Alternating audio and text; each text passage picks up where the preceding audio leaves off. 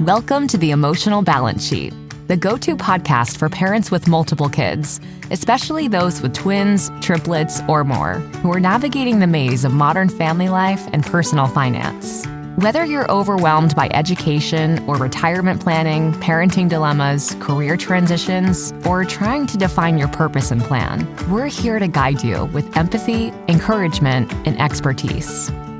Hosted by Paul Fenner, founder of Tama Capital, a certified financial planner and parent to 4 kids, including a set of triplets. Our podcast is your ally in the quest for financial peace of mind, proving that money matters, but family comes first. Subscribe now and join our community of empowered parents at tamacapital.com.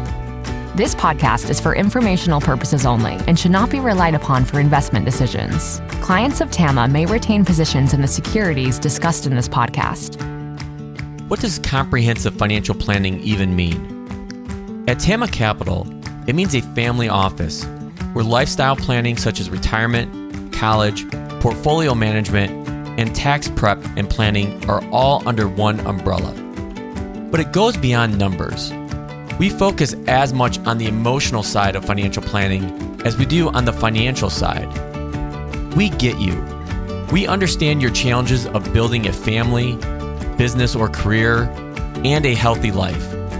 We are devoted to wealth planning for families like yours because we are you.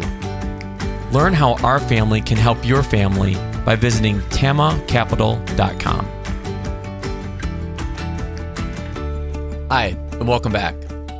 This week, I want to talk about something called time wealth, or maybe more specifically, time debt. When I come off of a very busy season, whether it's tax season or planning season or whatever season I may be in, at the end of it, I feel like, yes, I've just gotten through that, which probably is another topic in and of itself. But what I have recently found myself in is time debt, specifically trying to catch up on all the things that I would usually be doing during a busy season like tax season. I'll just keep using that as an example.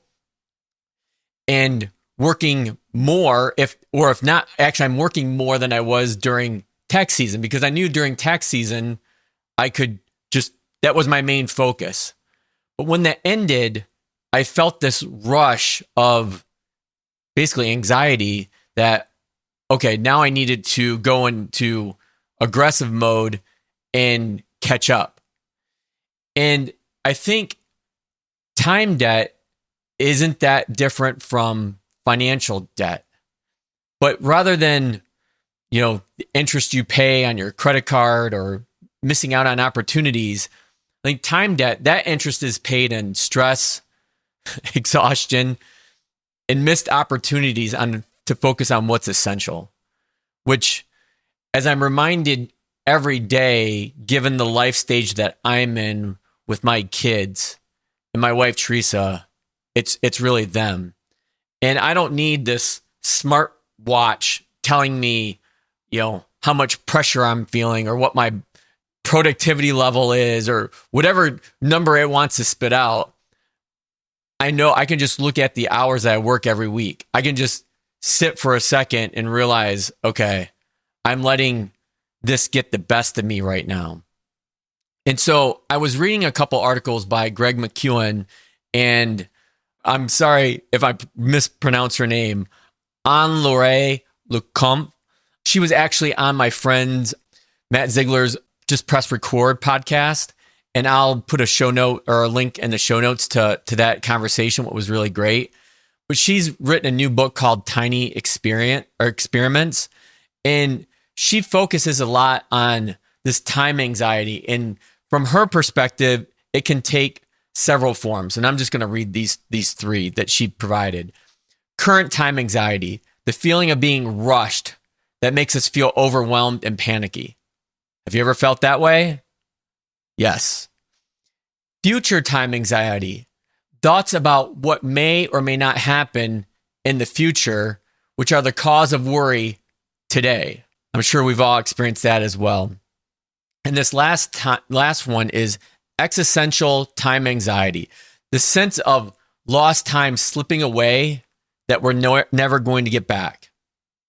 And if you're a parent, young or old, you've probably felt that, because that's one of my drivers right now, is trying to find some kind of harmony between what I love doing as a advisor, supporting the TAMA families I work with, and at the same time being there as a supportive husband and being with my triplets plus one as my triplets finish their last year of middle school and prepare for high school.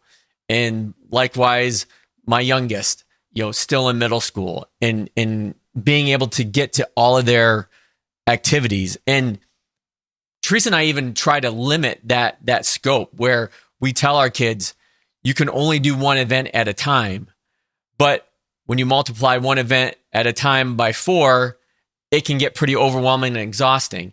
And I don't think it matters if you have 1 kid, 2 kids, 3 kids, 4 kids, 5. It doesn't matter.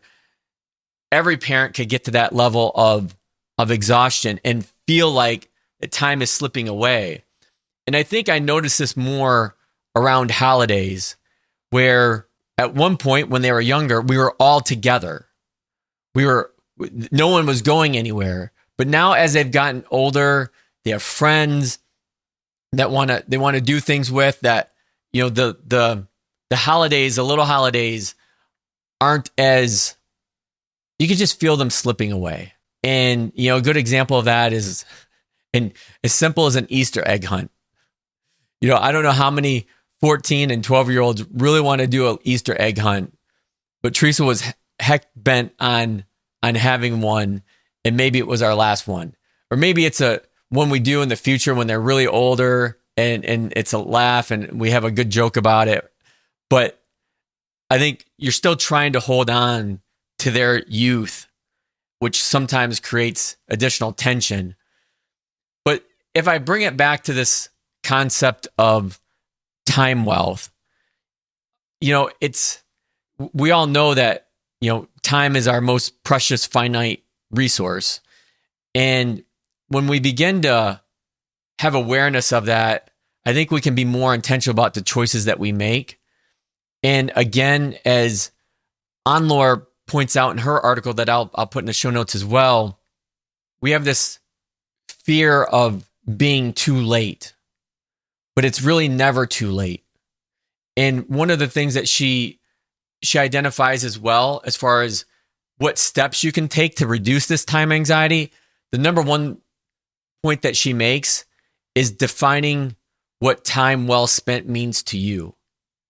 And this is something that I talk about often. I talk about it with Teresa, my own kids, my TAMA families, is this idea of having awareness and being able to define your purpose and objectives.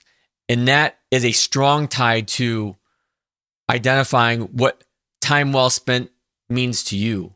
What does a life less ordinary mean to you?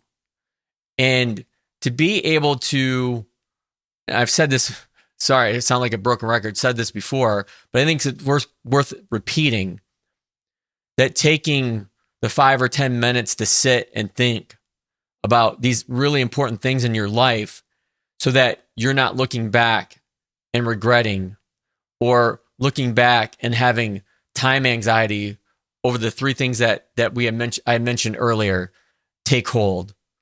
So, one of the last interesting pieces on Laure's article was that spending too much mental energy trying to figure out what makes us happy, rather than just doing the things that do make us happy, can also help reduce this anxiety that we're feeling.